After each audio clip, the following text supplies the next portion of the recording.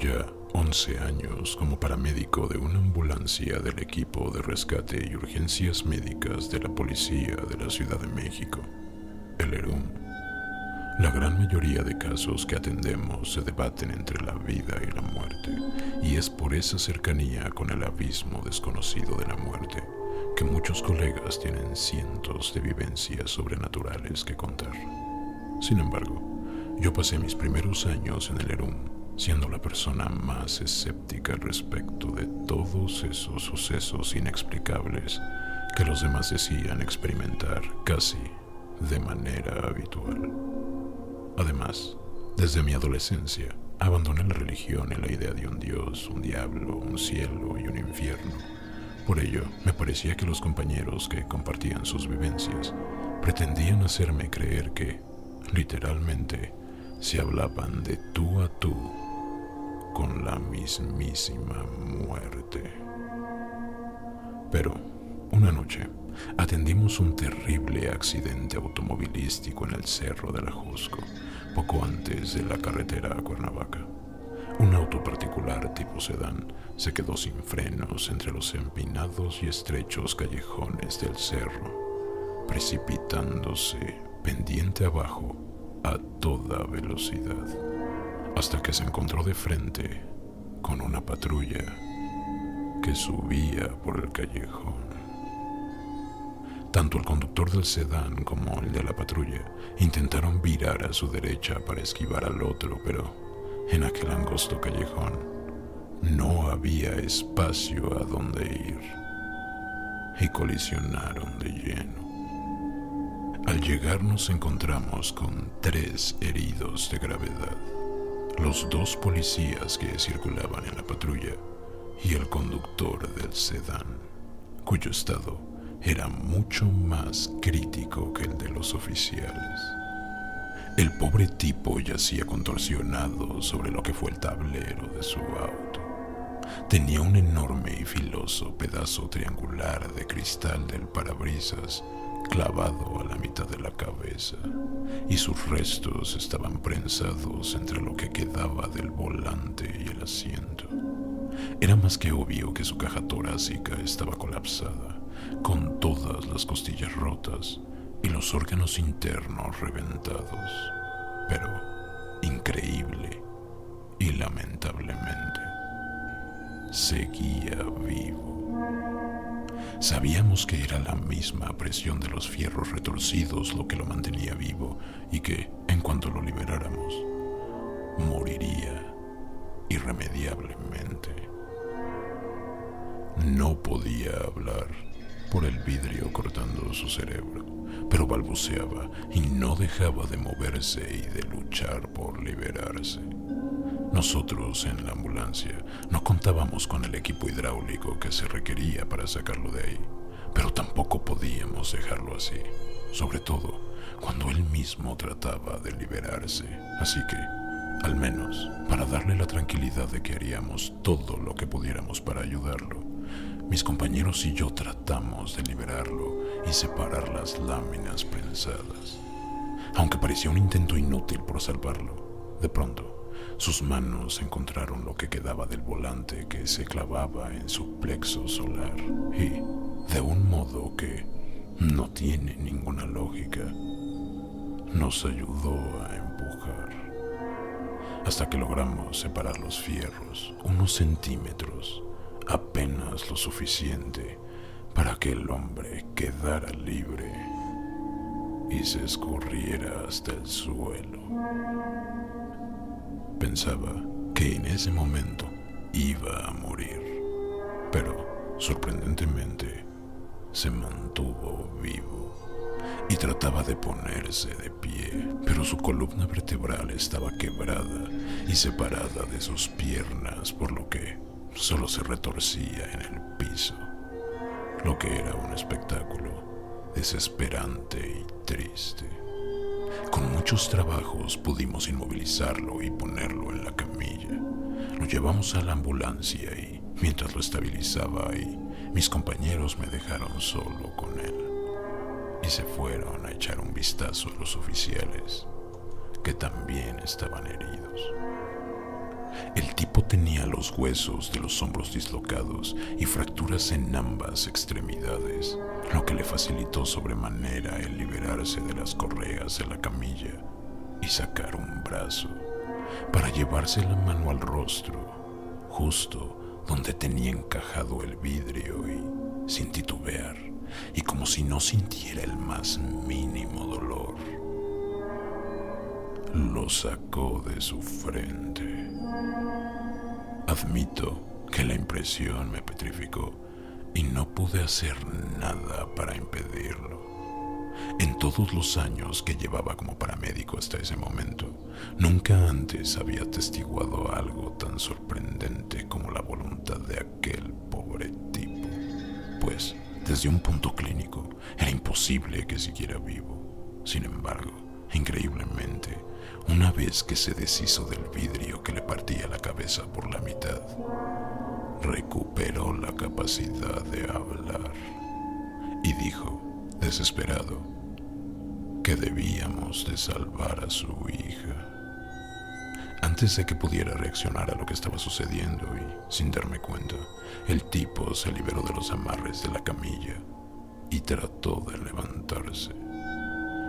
Como dije, el tipo tenía la espina quebrada y no hizo más que lanzarse hacia el suelo de la ambulancia. Apenas si pude levantarme de mi asiento para atraparlo antes de que aterrizara. Yo acabé en el suelo y él sobre mí. Con una habilidad y facilidad asombrosas, y como si no sintiera ninguna de las fracturas y daños en sus órganos internos, el tipo se arrastró sobre mí hasta que pudo alcanzar la manija de la puerta y, apoyándose en ella, se echó afuera de la ambulancia. Mientras que con una mano se colgaba de la puerta, con la otra presionaba su baja espalda, como si estuviera manteniendo su columna vertebral en su lugar, y se puso de pie. Yo no hacía más que contemplarlo estupefacto.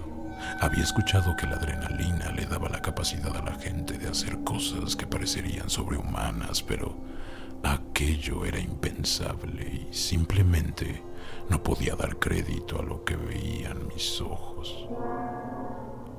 Él, mirando al frente y echando la cabeza hacia adelante, señalaba al accidente y repetía que debíamos de salvar a su hija. Nosotros no habíamos visto a nadie más que a él y a los patrulleros en la escena, así que no entendía a qué se refería con eso, aunque la verdad es que en ese momento no estaba entendiendo en lo absoluto nada de lo que sucedía. Me levanté lo más rápido que pude. Salí de la ambulancia y traté de regresarlo a la camilla mientras le gritaba a mis compañeros que necesitaba que me apoyaran. Pero aquel sujeto se resistía y repetía que debíamos de salvar a su hija, sin dejar de señalar con la cabeza hacia el accidente. Le respondí que ahí no había nadie más que nosotros. Y entonces volteó a verme. Más allá de la enorme herida que le dividía la frente en dos, fue la angustia en su mirada lo que me estrujó el corazón.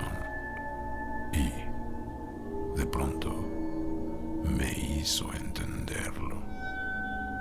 Su hija viajaba con él en el auto y, al momento del choque, salió proyectada hacia afuera a través del parabrisas. Como si eso le hubiese ocurrido a mi propio hijo, salí corriendo a buscar a la pequeña niña.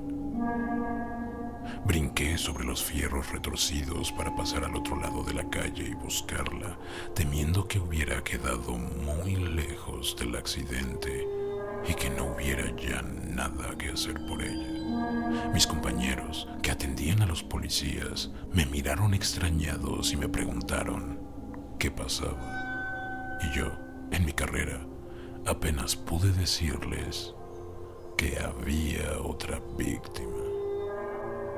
Aunque pasaban de las 3 de la mañana, unos cuantos chismosos empezaban a congregarse para ver el accidente, lo que me preocupó, pues ninguno de ellos parecía haber visto a la niña, y ello podía significar que la niña estaba muy lejos, o que no había niña.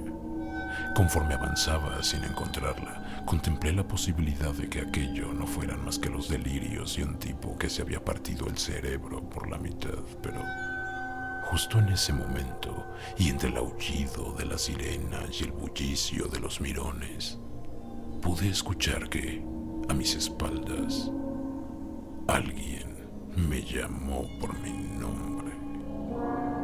Volteé de inmediato, pero tardé un poco en ubicar que quien me habló se encontraba pegado a una barda, cubierto por las sombras de una cornisa. Antes de haber dado 3 pasos para acercarme, ya estaba completamente seguro que quien estaba ahí parado era el mismo tipo moribundo que debía de estar en la ambulancia. Y me detuve en seco.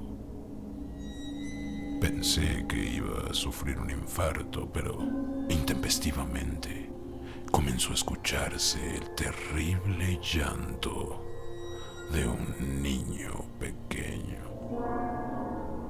lo que me estremeció hasta los huesos y echó a andar de nuevo mi corazón.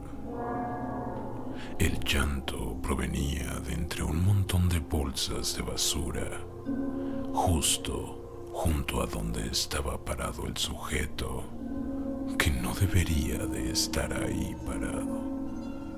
Titubeé en acercarme, pero, como era de esperarse, cuando lo miré de nuevo, ya no estaba ahí.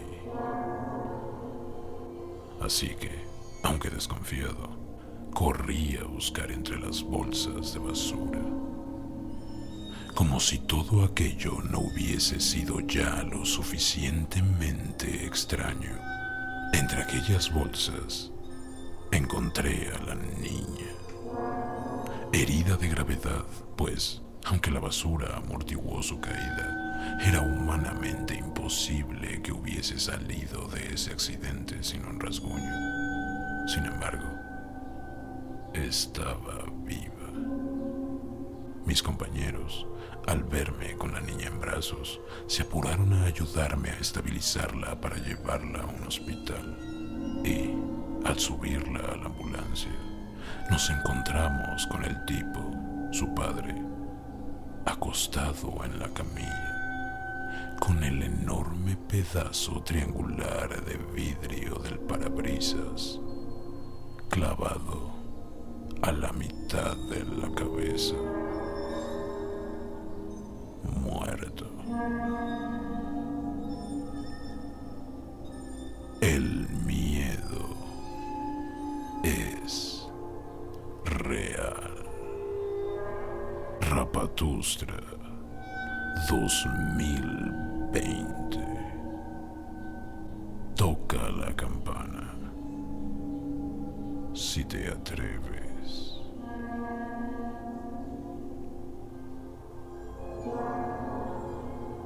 Por si no lo sabían, El Miedo Mismo MX tiene un grupo privado en Facebook llamado El Miedo es Real. Este grupo es únicamente para los que han probado ser fans from hell del canal. Además de que podemos convivir de una manera más cercana mientras estamos en casa, ser parte del grupo tiene sus beneficios. Entre ellos, por ejemplo, votar para elegir el contenido de los nuevos videos, participar en sorteos y giveaways únicamente para la comunidad y, obviamente, tener acceso a videos exclusivos para el grupo, además de poder acompañarnos en las transmisiones en vivo de Bohemia Siniestra que estaremos realizando durante las noches de cuarentena. Y también el ganar su insignia como el True Fan from Hell de la semana, como Doko de Akane, Jorge Eles Rodríguez, Cristian Calleja, Cuyahuitl Iramili, Michelle Cruz, Einara, Alejandro Vargas, Eres Grande, Jesús Olmos y Diana Gómez. Muchas gracias por su apoyo y por ayudarnos a crear el miedo mismo MX. Si tú estás seguro que eres un fan from hell y que mereces tu membresía del grupo, visita nuestras redes sociales, Facebook, Twitter e Instagramatón, y busca la publicación para que sepas cómo unirte al grupo. El miedo es real.